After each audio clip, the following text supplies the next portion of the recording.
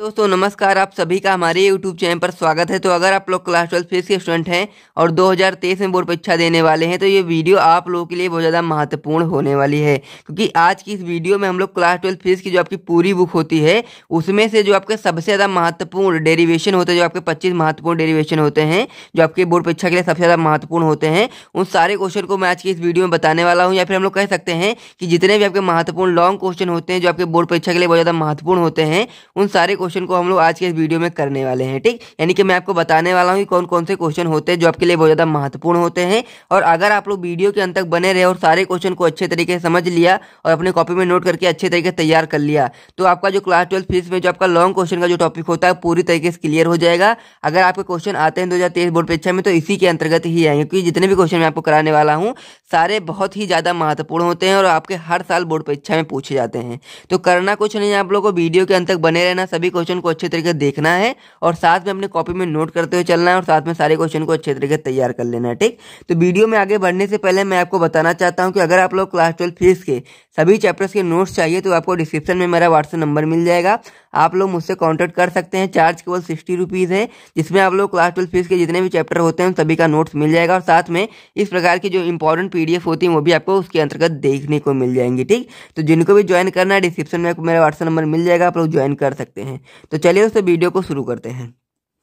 तो आज की हम लोग इस वीडियो की बात करें तो हम लोग आज के इस वीडियो में क्लास 12 फिजिक्स की जो पूरी बुक होती है उसमें से आपके जो सबसे ज़्यादा महत्वपूर्ण 25 डेरिवेशन या फिर कह सकते हैं लॉन्ग क्वेश्चन होते हैं इस वीडियो में हम लोग करने वाले हैं, जो आपके बोर्ड परीक्षा के लिए बहुत ज़्यादा महत्वपूर्ण होते हैं और आपके हर साल बोर्ड परीक्षा में पूछे जाते हैं। तो एक एक क्वेश्चन को अच्छे तरीके से हम लोग देखेंगे, आप लोग अपनी कॉपी में से नोट करते हुए चलना और हर एक क्वेश्चन को अच्छे तरीके से तैयार कर लेना अगर आप लोग 2023 बोर्ड परीक्षा में 90% तक स्कोर करना चाहते हैं। क्योंकि अगर आपने सारे क्वेश्चन को अच्छे तरीके क्लियर कर लिया तो आपको जो लॉन्ग क्वेश्चन का जो टॉपिक होता है बोर्ड परीक्षा के लिए वो पूरी तरीके से क्लियर हो जाएगा। तो चलिए दोस्तों एक एक क्वेश्चन को शुरू करते हैं। तो आप लोग भी हर एक क्वेश्चन को कॉपी में नोट करते हुए चलना। तो इसमें जो आपका पहला क्वेश्चन दिया गया है वो आपका होता है, एक समान वैद्युत क्षेत्र में रखे वैद्युत द्विध्रुव पर लगने वाले महत्तम बल आघूर्ण का व्यंजक प्राप्त कीजिए तथा इसके आधार पर वैद्युत द्विध्रुव आघूर्ण की परिभाषा दीजिए। ठीक, तो ये क्वेश्चन आप लोगों के लिए बहुत ज्यादा महत्वपूर्ण है और आपको इससे भी ज्ञात हो जाएगा कि क्वेश्चन कितना महत्वपूर्ण है, क्योंकि ये जितने भी बार आपकी बोर्ड परीक्षा में क्वेश्चन आया है उसको भी मैं यहाँ पर लिख दे रहा हूँ। ठीक, तो ये क्वेश्चन जो है आपका 2008 में आया है, 2011 में आया है, 2012 और 14 और 17 में आपकी बोर्ड परीक्षा में, यानी कि 5 बार आपकी बोर्ड परीक्षा में आया हुआ है। तो आप लोग को इसे अच्छे तरीके से तैयार कर लेना है। फिर हम लोग अगले क्वेश्चन की ओर बढ़ते हैं तो उसे भी हम लोग देखते हैं। तो इसमें जो आपका अगला क्वेश्चन है वो और भी ज़्यादा महत्वपूर्ण है, क्योंकि जो आपका अगला क्वेश्चन है ये आप लोगों का लघुत्तरीय में भी क्वेश्चन पूछा जाता है, साथ में दीर्घ में भी ये क्वेश्चन आपका आ सकता है। ठीक, तो क्या क्वेश्चन है आपका कि वैद्युत द्विध्रुव की अक्षीय दिशा में अत्यधिक दूरी पर स्थित बिंदु पर वैद्युत क्षेत्र की तीव्रता का हम लोग को व्यंजक ज्ञात करना है। 2005 में, 2008 में, 2011, 12, 14, 15, 17 में, यानी कि 6-7 बार आपकी बोर्ड परीक्षा में आया है। तो इसलिए क्वेश्चन बहुत ज़्यादा महत्वपूर्ण है, तो इसे भी आप लोग अपनी कॉपी में नोट कर लीजिए। ठीक, इसके बाद जो हम लोग अगला क्वेश्चन देखने वाले हैं ये भी काफी ज्यादा महत्वपूर्ण होता है और ये भी आपके बोर्ड परीक्षा में 6 से 7 बार आया हुआ है। ठीक, जो आपका अगला क्वेश्चन होता है वो आपका होता है, वैद्युत स्थितिकी में गॉस की प्रमेय का उल्लेख कीजिए और इसकी सहायता से अनंत विस्तार की समतल प्लेट या फिर हम लोग कह सकते हैं कि अनंत विस्तार की समतल आवेशित प्लेट के निकट वैद्युत क्षेत्र की तीव्रता ज्ञात कीजिए। ठीक, 2017 में क्वेश्चन आया, 2015 में आया, 16, 13, 10 और 12 में क्वेश्चन आपकी बोर्ड परीक्षा में आया हुआ है। तो इसे भी आप लोग जल्दी से नोट कर लीजिए और अपनी कॉपी में से अच्छे तरीके से फॉलो कह सकते हैं कि अपनी कॉपी में से अच्छे तरीके से प्रैक्टिस कर लीजिए। जितने भी क्वेश्चन मैं आपको बता रहा हूँ सारे को आप लोग एक बार आंसर करके अपने आप से देख लीजिए और अगर आप लोग को इन सभी का सोल्यूशन चाहिए तो आप लोग वीडियो को लाइक कर दीजिए और साथ में कमेंट बॉक्स में बताइए। अगर 8 से 10 बच्चे कमेंट करते हैं तो इसका सोल्यूशन भी स्टार्ट करा दिया जाएगा। ठीक, तो चलिए अब हम लोग अगले क्वेश्चन की ओर बढ़ते हैं। तो जो हमारा अगला क्वेश्चन है जो आपका होता है, समांतर प्लेट संधारित्र की धारिता का व्यंजक व्युत्पन्न कीजिए। ठीक, और इसकी धारिता को किस प्रकार से बढ़ाया जा सकता है। ये क्वेश्चन भी काफी ज्यादा महत्वपूर्ण है और आपके 2000 कह सकते हैं कि आपके बोर्ड परीक्षा में 6 बार आया हुआ है। 2020 में आया, 2017 में आया, 15, 16, 14 और 22 में, मतलब 12 में आया हुआ है। ठीक, तो इस प्रकार से आप लोग इसे भी देख सकते हैं। फिर हम लोग अगले क्वेश्चन की ओर बढ़ते हैं। अगला जो क्वेश्चन होता है वो आपका होता है, वान डे ग्राफ जनित्र का सिद्धांत बताइए। तथा चित्र की सहायता से इसकी रचना एवं कार्यविधि बताइए। ठीक, दो बार आपकी बोर्ड परीक्षा में क्वेश्चन आया हुआ है, लेकिन महत्वपूर्ण क्वेश्चन होता है, इसीलिए आपकी कॉपी, इसीलिए मैंने यहाँ पर आपके लिए लिख दिया है। ठीक, क्योंकि अगर आप लोग सभी क्वेश्चन को अच्छे तरीके से तैयार कर लेंगे, जितने भी मैंने आपको बता रहा हूँ, तो आप लोग अपने बोर्ड परीक्षा में लॉन्ग क्वेश्चन का जो टॉपिक होता है वो पूरी तरीके से क्लियर कर पाएंगे। ठीक, तो अब हम लोग यहाँ तक आप लोग नोट कर लीजिए, 5 क्वेश्चन आपके हो चुके हैं, फिर हम लोग अगले क्वेश्चन की ओर बढ़ते हैं। ठीक, तो इसमें जो हमारा अगला क्वेश्चन है जो आपका होता है कि क्वेश्चन नंबर जो 6 है जो आपका होता है, मुक्त इलेक्ट्रॉनों के अनुगमन वेग से आप क्या समझते हैं? इलेक्ट्रॉन के अनुगमन वेग के सिद्धांत द्वारा ओम के नियम का निगमन कीजिए। ठीक, ये बहुत ही ज़्यादा महत्वपूर्ण क्वेश्चन है, तो इसे आप लोग को बहुत ही इंपॉर्टेंट की श्रेणी में रखना है और अच्छे तरीके से तैयार कर लेना है, क्योंकि आपके बोर्ड परीक्षा में 8 बार क्वेश्चन आया हुआ है, यानी कि 2019 में आया है, 18 में आया, 17 में आया, 14, 12, 11, 8 और 7 में आया हुआ है, तो इसे भी आप लोग को अच्छे तरीके से तैयार कर लेना है। अब हम लोग अगले क्वेश्चन की ओर बढ़ते हैं। तो हमारा अगला क्वेश्चन है, क्वेश्चन नंबर 7 है, विभव मापी का सिद्धांत बताइए, इसकी सुग्राह्यता किस प्रकार बढ़ाई जाती है और विभव मापी में प्रयोग होने वाले तार के विशिष्ट गुणों को स्पष्ट कीजिए। यह वोल्ट मीटर की अपेक्षा अधिक मान्य क्यों है? ठीक, 2014 में, 15 में और 9 में बोर्ड परीक्षा में यहाँ पे क्वेश्चन आया हुआ है, ये भी इंपॉर्टेंट क्वेश्चन है। और ये जो आपके यहाँ क्वेश्चन पूछा जा रहा है कि जो विभव मापी है और इसकी सुग्राह्यता को किस प्रकार से बढ़ाया जा सकता है, ये आपका जो क्वेश्चन होता है आपका अति लघु में भी आता है, लघु में भी आता है, तो इसलिए आपको इसको अच्छे तरीके से तैयार कर लेना है। अगर ये आपका लॉन्ग में नहीं आएगा तो आपका अति लघु या लघु में जरूर आएगा, तो इसलिए आपको सारे क्वेश्चन को इसी प्रकार से तैयार करना है कि आपका लॉन्ग भी क्लियर हो जाए और आपका शॉर्ट भी क्लियर हो जाए। ठीक, तो अब हम लोग अगले क्वेश्चन की ओर बढ़ते हैं। तो जो हमारा अगला क्वेश्चन है काफी महत्वपूर्ण क्वेश्चन है, जो आपका होता है, बायो-सेवर्ट का नियम समझाइए, इस नियम का उपयोग करके एक वृत्ताकार धारावाही कुंडली के केंद्र पर चुंबकीय क्षेत्र के व्यंजक का निगमन कीजिए। ठीक, तो ये क्वेश्चन भी बहुत ज्यादा महत्वपूर्ण होता है, या तो आपके दीर्घ में आएगा या फिर आपका लघु में आएगा। ठीक, तो ये क्वेश्चन आपके 2016 में बोर्ड परीक्षा में आया, 2019 में आया, 2014 में आया, 20 में आया, 8, 7, 11, तो आप लोग देख सकते हैं कितनी बार आपकी बोर्ड परीक्षा में आया हुआ है, इसलिए बहुत ज्यादा महत्वपूर्ण क्वेश्चन होता है, तो इसे भी आप लोग अपनी कॉपी में जल्दी से नोट कर लीजिए। फिर हम लोग अगले क्वेश्चन की ओर बढ़ते हैं। इसमें हमारा अगला क्वेश्चन है, दो समांतर धारावाही चालकों के बीच लगने वाले बल के लिए सूत्र स्थापित कीजिए, इसके आधार पर वैद्युत धारा के मात्रक एम्पियर की परिभाषा भी दीजिए। ठीक, तो ये भी काफी महत्वपूर्ण क्वेश्चन है, आपकी बोर्ड परीक्षा में 4 बार आया है, 2020 में आया है, 2019 में आया है, 15 और 13 में आया हुआ है। ठीक, तो इसे भी आप नोट कर लीजिए। फिर हम लोग अगले क्वेश्चन की ओर बढ़ते हैं।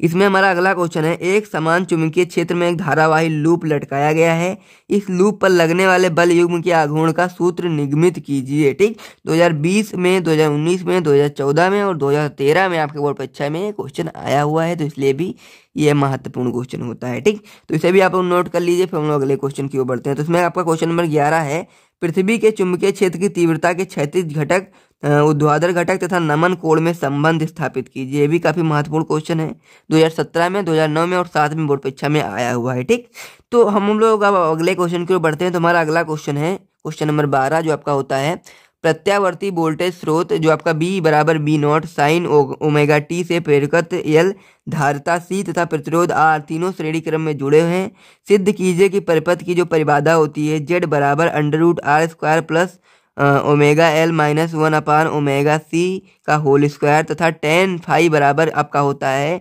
Omega L minus 1 upon omega C अपान R। ठीक, तो इस प्रकार से यहाँ तक लिखेंगे। फिर आपको लिखना है, जहाँ पर क्वेश्चन है आपका कि जहाँ जो फाई होता है वो धारा तथा वोल्टेज के बीच कालांतर है। 2014 में, 2017 में और 2008 में आपकी बोर्ड परीक्षा में क्वेश्चन आया हुआ है, तो इसे भी आप लोग अपनी कॉपी में नोट कर लीजिए, महत्वपूर्ण क्वेश्चन है।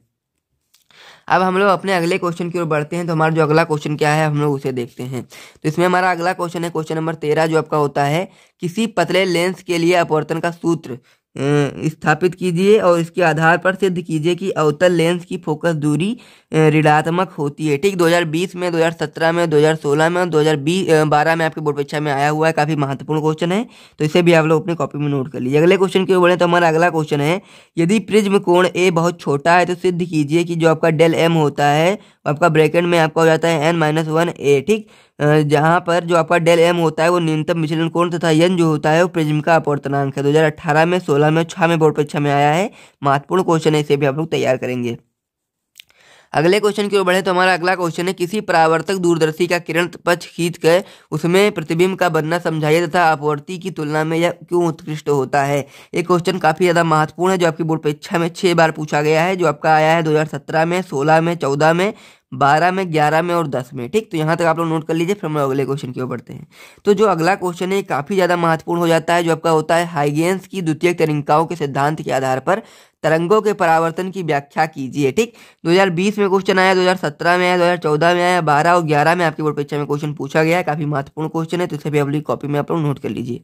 अगले क्वेश्चन की ओर बढ़े तो अगला जो क्वेश्चन है सेम जो आपका ऊपर वाला क्वेश्चन होता है उसी का जस्ट होता है, नहीं कि कह सकते हैं कि इसमें हम लोग को बताना क्या था कि जो आपका हाइगेंस की द्वितीयक तरिकाओं के सिद्धांत के आधार पर परावर्तन की व्याख्या करनी थी, लेकिन इसमें क्या कर सकते हैं हम लोग, इस अपवर्तन की व्याख्या करनी है। ठीक, तो यही चीज यहाँ पर दी गई है कि हाइगेंस की द्वितीयक तरिकाओं के सिद्धांत के आधार पर तरंगों के अपवर्तन की व्याख्या कीजिए तथा स्नेल के नियम का निगमन कीजिए। 2000 आप लोगों के 19 में, 14 में, 13 में और 11 में बोर्ड परीक्षा में आया हो, तो इसे भी आप लोग अपनी कॉपी में नोट कर लीजिए। फिर हम लोग अगले क्वेश्चन की ओर बढ़ते हैं।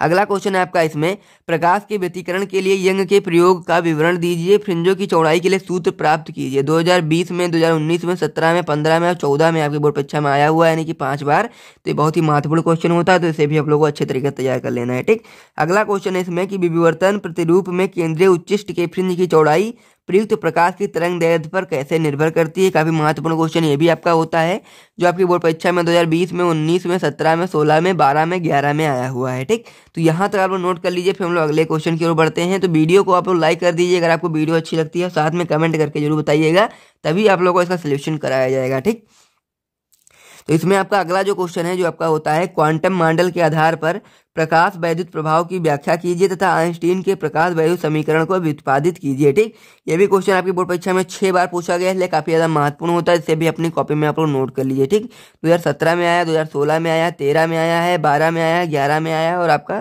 कह सकते हैं 14 में आया है। ठीक, तो यहाँ तक आप लोग नोट कर लीजिए। फिर हम लोग अगले क्वेश्चन की ओर बढ़ते हैं।